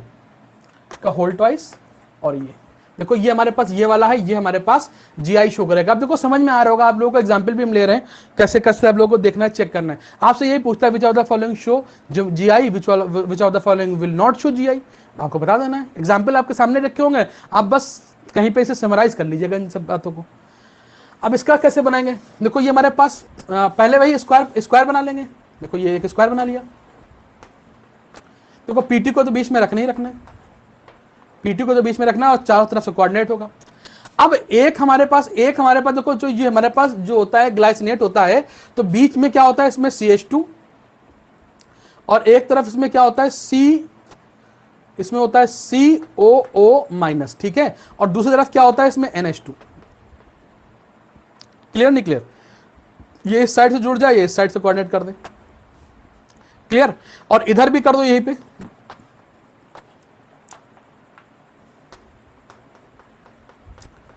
ठीक है, तो पूछा जाए ये हमारे पास कौन सी डोनर साइड हुई, ये हमारे पास कौन सी डोनर साइड है? इसको ऐसे बना दो, पूरा एरो यहां से यहां तक ले आओ। ये देखो, इस एरो को पूरा यहां से यहां तक कर दो, इस एरो को बढ़ा के यहां से यहां तक कर दो, इस एरो को कोऑर्डिनेट से पीटी को करता है ना। तो पूछा जाए ये हमारे पास कौन सी फॉर्म है, सिस या ट्रांस? देखो इधर CO है, इसके अपोजिट इधर भी CO है, इधर NH2 है, इधर भी NH2 है। ठीक है, तो ऑब्वियस सी बात है ये कौन सी फॉर्म हो गई? सिस हो गई। क्लियर नहीं क्लियर? इसकी ट्रांस अगर हमको बनाना है तो हम ट्रांस देखो यहीं बनाए दे रहे हैं। ट्रांस अगर हमें बनाना है तो ये हमारे पास CH2 हुआ, और ऊपर हमने क्या कर दिया NH2, और नीचे हमने क्या कर दिया COO कर दिया। ठीक है, तो ये नीचे की तरफ जो है CO हो गया, ऊपर NH2 हो गया। अब देखो ये दोनों अपोजिट साइड में आ गए, इधर CO है, इधर NH2 है, तो इसको हम लोग बोलते हैं ट्रांस। तो ये सिस एंड ट्रांस हो गई। क्लियर नहीं क्लियर? ये कोऑर्डिनेशन नंबर 4 की बात कर रहे हैं, कौन कौन GI शो कर सकता है, कौन कौन नहीं कर सकता, हमने बता दिया आपको। क्लियर? चलिए नोट कर लिए, सिस एंड ट्रांस दोनों को नोट कर लीजिए, ठीक है। अब आ जाइए क्वाड्रेशन नंबर 6 में। 6 में वही काम करेंगे, कौन कौन नहीं कर सकता, कौन कौन नहीं कर सकता, ध्यान दीजिएगा। इसमें 6 लिगेंड होते हैं, आपको मालूम है, ठीक है। हमारे पास अगर हमारे पास आइडेंटिकल जो है मोनोडेंटेट लिगेंड जो होते हैं वो 4 से ज्यादा आ रहे हैं, 4 से कम आ रहे हैं तो ठीक है, अगर 4 से ज्यादा आ रहे हैं मोनोडेंटेट और आइडेंटिकल हो जाए, 4 से ज्यादा आ जाए तो फिर वो हमारे पास जीआई नहीं शो करते। पहले हम नहीं वाले इसमें लिख लेते हैं कौन कौन नहीं शो करता है, ठीक है। जैसे हमारे पास MA6 हो जाएगा, MA3, MA5B और MA3 का होल ट्वाइस। ये अगर 6 के 6 जो लिगेंड है MA6 तो भी हमारे पास जीआई नहीं शो करेंगे, उसमें बात कर रहे हैं हम लोग। इसका कोऑर्डिनेशन नंबर 6 है, कोऑर्डिनेशन नंबर 6 है, इसको ऑक्टाहेड्रल बोलते हैं। या हमारे पास ये आ जाए MA5 आ जाए और B आ जाए, ठीक है। मोर देन 4, 4 से ज्यादा सिमिलर नहीं आ सकते, 4 से ज्यादा सिमिलर मोनोडेंटेड लिगेंड नहीं आएंगे। 4 से ज्यादा अगर सिमिलर मोनोडेंटेड लिगेंड आ गए तो फिर वो हमारे पास जीआई नहीं शो करेगा, ठीक है। जैसे हम तुमको एक एग्जांपल लिख के देते हैं, K4 FeCN का होल 6, क्या ये हमारे पास जीआई शो करेगा? इसका कोऑर्डिनेशन नंबर 6 आता है और ये हमारे पास ऑक्टाहेड्रल स्ट्रक्चर होता है, लेकिन ये हमारे पास जीआई नहीं शो करेगा। क्यों? क्योंकि इसके 6 के 6 लिगेंड जो है वो सिमिलर टाइप की। क्लियर नहीं क्लियर? बात समझ में आ रही है कैसे हम क्या बोल रहे हैं? तो अगर हमारे पास ये मिल जाए, MA6 मिल जाए, MA5B मिल जाए, या हमारे पास ये कहीं मिल जाए M बाइडेंटेड लिगेंड हो और सिमिलर डोनेशन साइट हो, बाइडेंटेड लिगेंड हो, सारे के सारे तीनों जो है हमारे पास बाइडेंटेड लिगेंड हो, और कौन से बाइडेंटेड? AA टाइप वाले, इसीलिए हमने AA टाइप और AB टाइप में बता दिया था, दोनों बाइडेंटेड लिगेंड में जिसमें दोनों डोनर साइड सिमिलर होती हैं उसको हम लोग AA टाइप बोलते हैं, और AB साइड टाइप कौन होता है? जिसमें दोनों डोनर साइड जो होती है वो डिफरेंट होती है। क्लियर? नई बात पल्ले पड़ रही है? अरे पढ़ेगी भैया, पढ़ेगी, पढ़ो तो पढ़ेगी ना, ठीक है। तो ये हमारे पास ये ऐसे हैं जो हमारे पास जीआई नहीं शो कर पाते हैं। डॉक्टर साहब इसे आप कृपया करके नोट कर लें, कृपया करके इसे नोट कर लें। अच्छा, हमारे पास 4 अगर सिमिलर लिगेंड है तो फिर वो हमारे पास जीआई शो करेगा। जैसे हमारे पास MA4 और B2 आ जाए, MA4B2 आ जाए, या हमारे पास MA4BC आ जाए। MA4 मतलब 4 लिगेंड जो है एक जैसे हो जाए और बचे वाले B अलग हो जाए और C अलग हो जाए। अगर ये वाले टाइप के आ रहे हैं तो ये हमारे पास डॉक्टर साहब सिस एंड ट्रांस आइसोमेरिज्म शो करेंगे। आप लोग देख के बताएंगे, जैसे आपको सवाल मिले आप कहोगे इसमें जो है सिस एंड ट्रांस टाइप की आइसोमेरिज्म हो जाएगी। क्लियर नहीं क्लियर? अच्छा, ध्यान देना, लिख लीजिएगा, कहीं पे आपको एग्जांपल मिल जाए इसमें मिल जाएगा, तुरंत देख के बताइएगा कि इसमें सिस एंड ट्रांस आइसोमेरिज्म पाई जाएगी, ठीक है ना। 4 या देखो 4 से ज्यादा अगर सिमिलर मोनोडेंटेड की बात कर रहे हैं, मोनोडेंटेड लिगेंड और बाइडेंटेड, बस इतने में खेल होना है। ट्राई और टेट्रा और हेक्सा आपसे पूछना है, हेक्सा एक ही जगह इस्तेमाल होता है बस, EDT है जो आपके कोर्स में है, बाकी तमाशे में चक्कर ना पड़िएगा। अगर मोनोडेंटेड लिगेंड है तो हमारे पास 4 से ज्यादा सिमिलर नहीं होने चाहिए, 4 या 4 से कम में कोई भी हो हमारे पास वो चलेगा, 4 या 4 से कम में कोई भी हो चलेगा, ठीक है। और अगर हमारे पास 4 से ज्यादा सिमिलर लिगेंड आ गए या 5 आ गए या 6 आ गए तो फिर हमारे पास वो जीआई नहीं शो करता। लेकिन अगर हमारे पास डाइडेंटेट है, और कौन सा डाइडेंटेट है? जो AA टाइप वाला है, अगर वो तीनों एक जैसे आ गए तो फिर वो भी हमारे पास जीआई नहीं शो करता। अब कौन कौन शो कर सकता है हमने बताया। एक हमारे पास ये होता है कि अगर हमको कहीं मिल जाए MA3 और MB3, मतलब 3 एक जैसे और 3 एक जैसे, हमने इसमें शर्त क्या है भाई? ऑक्टाहेड्रल में क्या शर्त है कि 4 से ज्यादा सिमिलर मोनोडेंटेड नहीं होने चाहिए। इसमें मोनोडेंटेड 3 सिमिलर है, 3 और ये सिमिलर है, ठीक है, अलग अलग लेकिन सिमिलर है, ठीक है। 4 से कम है तो इसका मतलब ये हमारे पास जीआई शो करेगा। लेकिन जो ये वाला इस वाला कंडीशन होगा जिसमें ध्यान देना, जिसमें 6 लिगेंड हो, 3 मोनोडेंटेड एक जैसे हो, 3 मोनोडेंटेड एक जैसे हो, मान लिया इसकी जगह पे Cl3 हो, इसकी जगह पे CN3 हो, बात समझे रहना, एग्जाम्पल के तौर पे ले रहे हैं, ठीक है। तो इस तरीके के जो हमारे पास होते हैं वो ज्योमेट्रिकल आइसोमेरिज्म शो तो करते हैं, लेकिन यहां पर ये सिस एंड ट्रांस नहीं करते, यहां पर ये फेशियल या मर, फेस एंड मर टाइप की हम लोग यहां पर ये इस्तेमाल, सॉरी, फेस या मर टाइप की जो है ज्योमेट्रिकल आइसोमेरिज्म जो है शो करते हैं, ठीक है। या इसको मेरिडोनल लिख लिएगा, फेशियल, इसको ऐसे ही FACIAL, और इसकी स्पेलिंग चेक कर रहे थे, कहीं हमको दिख नहीं रही है, कहीं पे तो मिल जाओ भाई, MERIDO, बिल्कुल मिल गई, मेरिडोनल। अंग्रेजी ने जितना तबाह किया उतना किसी ने तबाही नहीं किया, ठीक है। अच्छा चलिए इसका एक एग्जांपल ले लेते हैं,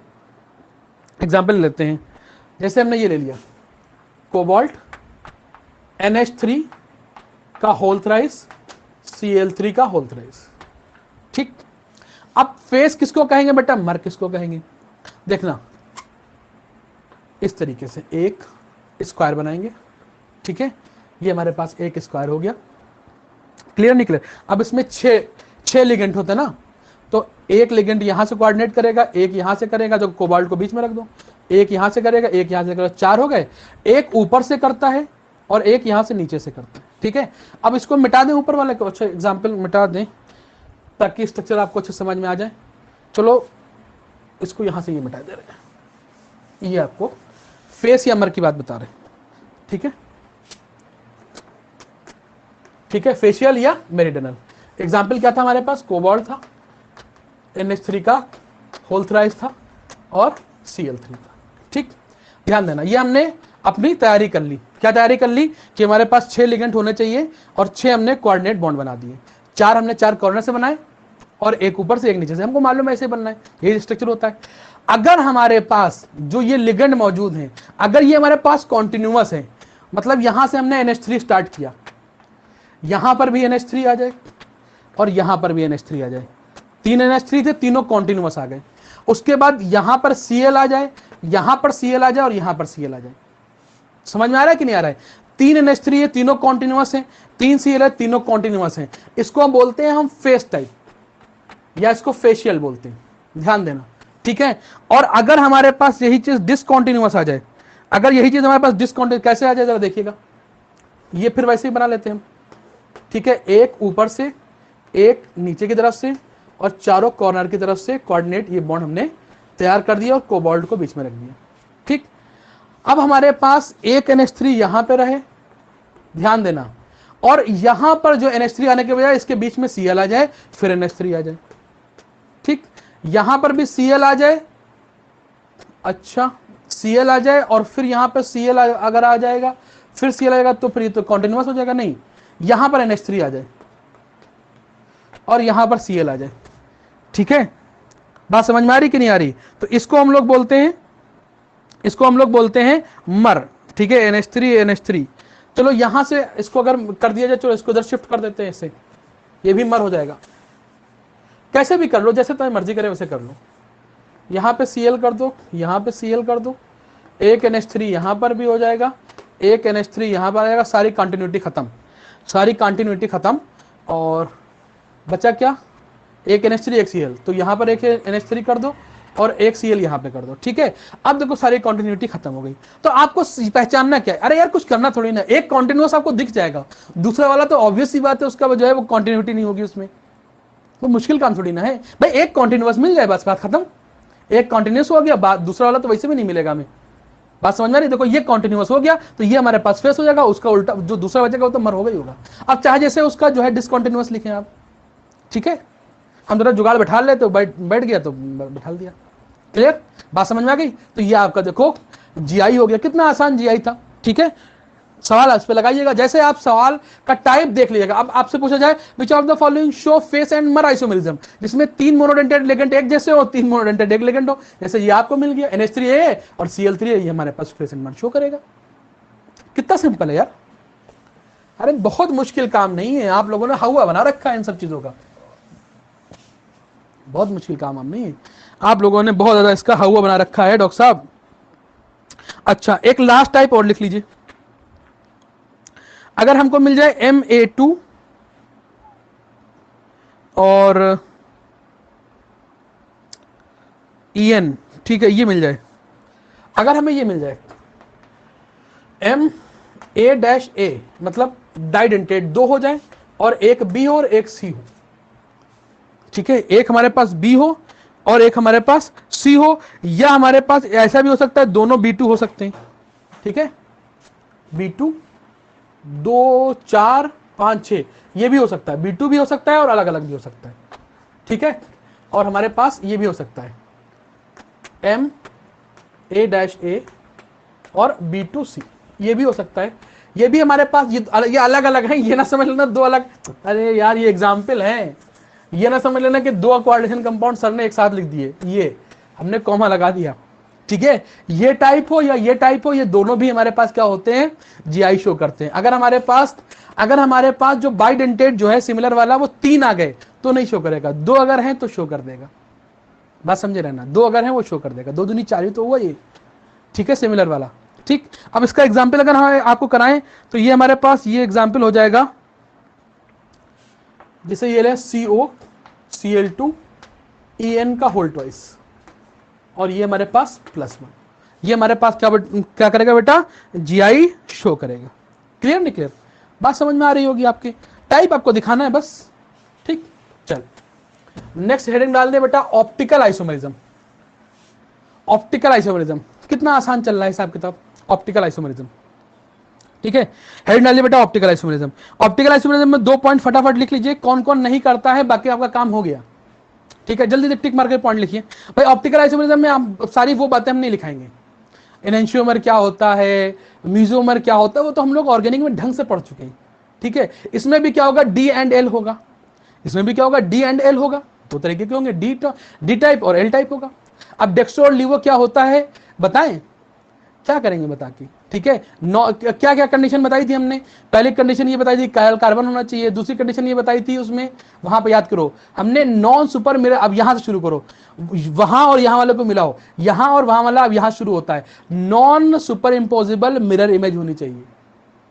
अगर नॉन सुपर इंपोजिबल मिरर इमेज है तो यहां पर भी आइसोमेरिज्म ऑप्टिकल वाली शो होगी, ठीक है। अब इसकी ज्यादा डिटेल में नहीं आते, कौन कौन शो कर सकता है कौन कौन नहीं कर सकता, ये भी बता देना फटाफट, जल्दी 2 पॉइंट फटाफट लिखो, टिक मार करके लिखो। जनरली स्क्वायर प्लेनर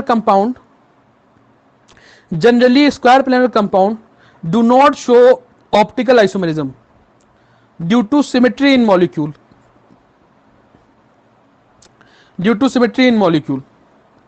जाहिर सी बात है सिमेट्री होगी तो ऑप्टिकल आइसोमेरिज्म तो शो नहीं हो सकता, ठीक।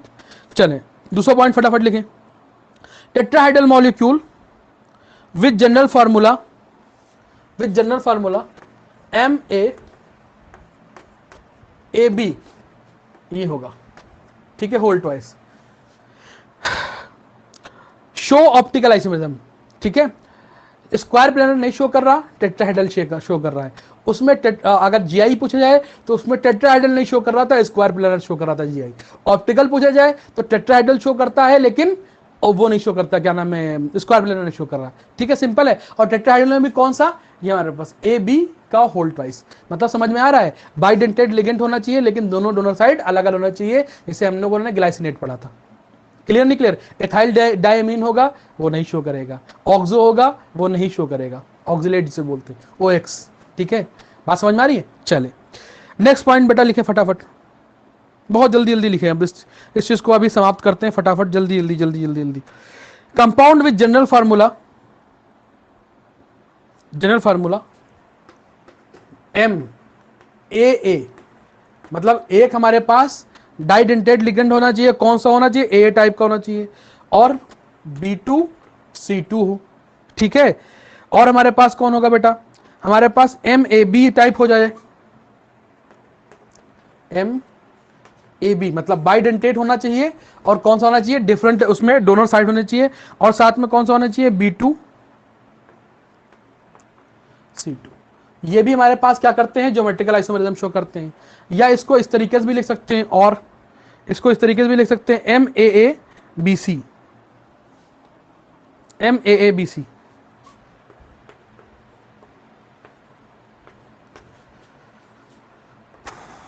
BC, ठीक है, इसको भी ऐसे लिख सकते हैं, या एक काम करें इसको यहां से ही हटा दें, इसको अलग कर दें, बेटा इसमें इसकी इसमें इसमें जो है इसका कोऑर्डिनेशन नंबर 6 आ रहा है। अब देखो दोनों को एक साथ मिला दिया, अलग अलग नहीं लिखा रहे। इसका कोऑर्डिनेशन नंबर 6 आ रहा है और इन दोनों का कितना आ रहा है 4। ठीक है, और 4 में देखो ये हमारे पास बाइडेंटेड लिगेंड होगा लेकिन दोनों साइड अलग अलग होगी, ये बाइडेंटेड लिगेंड होगा, दोनों साइड सिमिलर होगी और बीसी होगा, ये दोनों आ रहे। ठीक है, अगर ऐसी कंडीशन कहीं मिलती है जिसमें ये हमारे पास 4 वाला है, कोऑर्डिनेशन नंबर 4 वाला है, ये अगर ऐसी कंडीशन मिलती है तो बेटा ये जीआई भी शो करते हैं और ओआई भी शो करते हैं। जीआई भी शो करेंगे और ओआई, देखो ऐसी कंडीशन मिलती है वो जीआई भी शो करेंगे और आई मतलब ज्योमेट्रिकल भी शो करेंगे और ऑप्टिकल भी शो करेंगे। ठीक है, और ऑप्टिकल में कितने होंगे, 2 होते हैं, एक डी फॉर्म होती है एक एल फॉर्म होती है, कुल मिला के ये 3 आइसोमर शो करेंगे। ये अगर पूछा जाए ऐसी कंडीशन मिल जाए तो पूछा जाए कितने आइसोमर शो करेंगे तो कहेंगे 3। कौन कौन से, एक डी फॉर्म एक एल फॉर्म और एक जो है हमारे पास देखो हमारे पास क्या होगा, देखो एक हमारे पास सिस होती है एक ट्रांस होती है, एक होती है सिस एंड ट्रांस। जो इसकी सिस वाली फॉर्म होगी वो डी एंड एल 2 तरीके की शो करती है, तो सिस में 2 आ गए और ट्रांस में 1 आ गया, तो कुल मिला के कितना हो गया बेटा 3 हो गया। इस तरीके से होगा डी सिस और एल सिस, 2 ये हो जाएंगे, डी एंड एल वाले सिस हो जाएंगे। ठीक है, और एक हमारे पास कौन सा हो जाएगा, ट्रांस हो जाएगा। जो ट्रांस वाला होता है वो ऑप्टिकल आइसोमेरिज्म नहीं शो करता, जो सिस वाला होता है वो ऑप्टिकल आइसोमेरिज्म शो करता है, डी एंड एल वाला। ठीक है, किसमें ये होगा, ये काम किसमें होगा, वो इसमें होगा, एम ए बी और B two M A B C. ठीक है, अब चलिए इस पर एक सवाल देख दो करा देते हैं।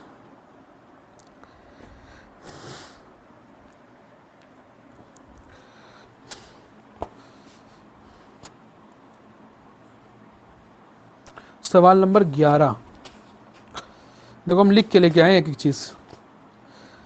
कह रहा है the number of possible isomer for the complex.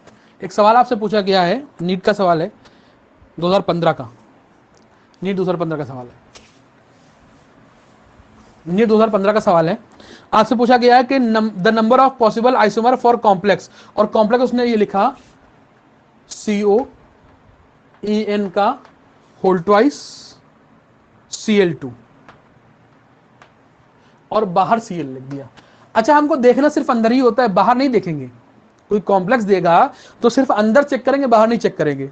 देखो ये हमारे पास देखो ये हमारे पास क्या है, ए वाला है, थाईलैंड डायमीन है और ये 2 है, और ये हमारे पास कोई B है और 2 है। देखो इसमें कहीं मैच कर रहा है, इसमें कहीं मैच कर रहा है A B2, ये इसमें मैच कर जाएगा। इसमें AB, इसको एक और तरीके से लिख सकते हैं, यहां पर B2 भी लिख सकते हैं, B2 या BC कोई भी लिख सकते हैं। ये वाले लिगेंड जो है अलग अलग हो सकते हैं। देखो ये इससे मैच कर जा रहा है, ध्यान दे लेना, थोड़ा सा एकदम साथ देना यार। ठीक है, काफी एग्जॉस्ट हो चुके हैं हम भी, थोड़ा सा लास्ट में साथ दे दो, ये टॉपिक पढ़ा के फिर नेक्स्ट टॉपिक जो है फिर आधा घंटा बाद स्टार्ट करते हैं। ठीक है, बस सवाल लग रहा है जरा समझना। ठीक है, 2 लिगेंड जो है हमारे पास जो बाइडेंटेड है वो सिमिलर है, और ये हमारे पास बी भी हो सकता है और बीसी भी हो सकता है, B2 भी हो सकता है BC भी हो सकता है, ये कोई भी हो सकता है, यहां पर B2 भी हो सकता है, BC भी हो सकता है। क्लियर नहीं क्लियर, बात समझ में आ रही कि नहीं आ रही? 4 2 6 4 2 6, क्लियर नहीं क्लियर? 4 2 6 ये हमारे पास, अच्छा ये तो 6 वाला हो जाएगा ना, ये हमारे पास 6 वाला हो जाएगा ना, 6 वाला हो जाएगा ना। चलो बताओ इसमें क्या हो जाएगा, टोटल नंबर ऑफ आइसोमरिज्म कितने होंगे? 4 2 6, ये हमारे पास आई थिंक ये वाला होगा, ये वाला 3 2 ये वाला हो सकता है। ठीक है, इसमें देखो हमारे पास 2 हमारे पास इसमें जो होंगे वो ज्योमेट्रिकल होंगे और एक इसमें जो होगा वो ऑप्टिकल होगा। ठीक है, 2 इसमें होंगे ज्योमेट्रिकल और एक, अच्छा एक दो पॉइंट और लिखा देते हैं इसमें ताकि बाकी सारी बातें भी क्लियर हो जाएं, बाकी सारी बातें क्लियर हो जाएं। MAA-B2-C2 MAA-B2, ठीक है, या MAA-BC। ठीक, अच्छा एक और लिख लो इसी में, इसको चाहे बढ़ा लो कहीं पर, 2 दूनी 4, 4 और 2 6, 6 वाला, इसको कहीं बढ़ा लो, इसको यहीं बढ़ा लो, ऊपर बढ़ा देते हैं इसको, यहां पर यहां बढ़ा देते हैं। 6 में अगर ये आ जाए कहीं पर MAA-2 और B2 ये आ जाए 6 में। ठीक है, इस तरीके से आ जाए, ये आ जाए, ये वाला छूट गया था, ठीक है। तो ये भी हमारे पास क्या शो कर सकता है बेटा, ये जीआई भी शो करेगा और ओआई भी शो करेगा। और जीआई अगर शो करेगा तो एक जीआई का हो जाएगा, और ओआई में कौन से होते हैं, डी एंड एल। तो टोटल कितने शो करेंगे, 3। टोटल कितना शो करेगा, 3, ठीक है। चलिए एक और सवाल बताइए तो फिर आपको समझ में आएगा। इसको लिख लीजिएगा बेटा, इसको भी बढ़ा लीजिएगा। इसमें सवाल नंबर हम लिख के लाए हैं 30 करें, विच of the following will give a pair of enantiomer, pair of enantiomer, ठीक है। एनेंशियोमर मतलब कौन सा जो है, इसमें अगर एनेंशियोमर देगा तो इसका मतलब कौन सी आइसोमेरिज्म, ऑप्टिकल शो कर रहा होगा ना भाई। एनेंशियोमर कौन देगा, जो ऑप्टिकल आइसोमेरिज्म शो करेगा। एग्जांपल जरा उसके वो ऑप्शन देख लेते हैं, इसको यहां से मिटा के।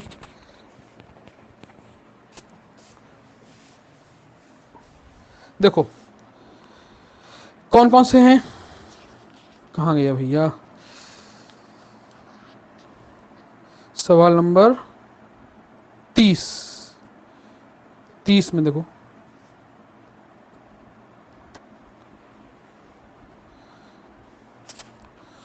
सवाल तो बिल्कुल रिपीट ऐसे लग रहा है एकदम यही। सवाल नंबर 30 में देखो, 30 में देखो ये कह रहा है, पहला हमारे पास CR दे रखा है, NH3 का होल 6 दे रखा है। तो हमने बताया ये नहीं शो करेगा कहीं पे, हमने जो जो जो शो करते हैं वो हमने लिख दिए। दूसरा हमारे पास बी ऑप्शन है, कोबाल्ट EN का होल ट्वाइस Cl। देखो यही तो ऑप्शन, अभी यही तो हमने कहा सवाल, देखो ये वही रिपीट हो गया। ये हमारे पास क्या है, ए वाला है, ए वाला है, ए का होल ट्वाइस, ठीक है। और ये हमारे पास क्या है, कोई B2 होगा, तो यही वाला तो ये है।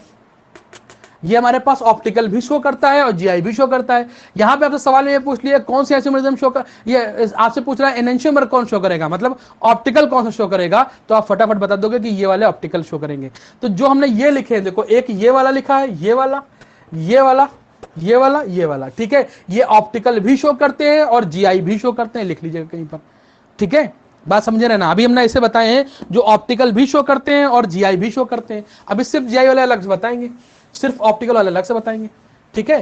तो ये हमारे पास जो 3 हमने अभी टिक मारे हैं, इनको आप लिख लीजिएगा कहीं पर। ये ऑप्टिकल भी शो करते हैं, अगर ऐसी कंडीशन मिल जाए तो ये ऑप्टिकल भी शो करेंगे और जीआई भी शो करेंगे। क्लियर नहीं क्लियर? अच्छा, हमारे पास अगर MA3 हो, अगर हमारे पास कहीं पर ये आ जाए MA3, तो ये भी हमारे पास क्या होगा, ऑप्टिकल आइसोमेरिज्म जो है शो करेगा, MA3 हो जाए, ठीक है। जैसे इसको इसका एग्जांपल उठा लेते हैं, इसका एग्जांपल ले लेते हैं।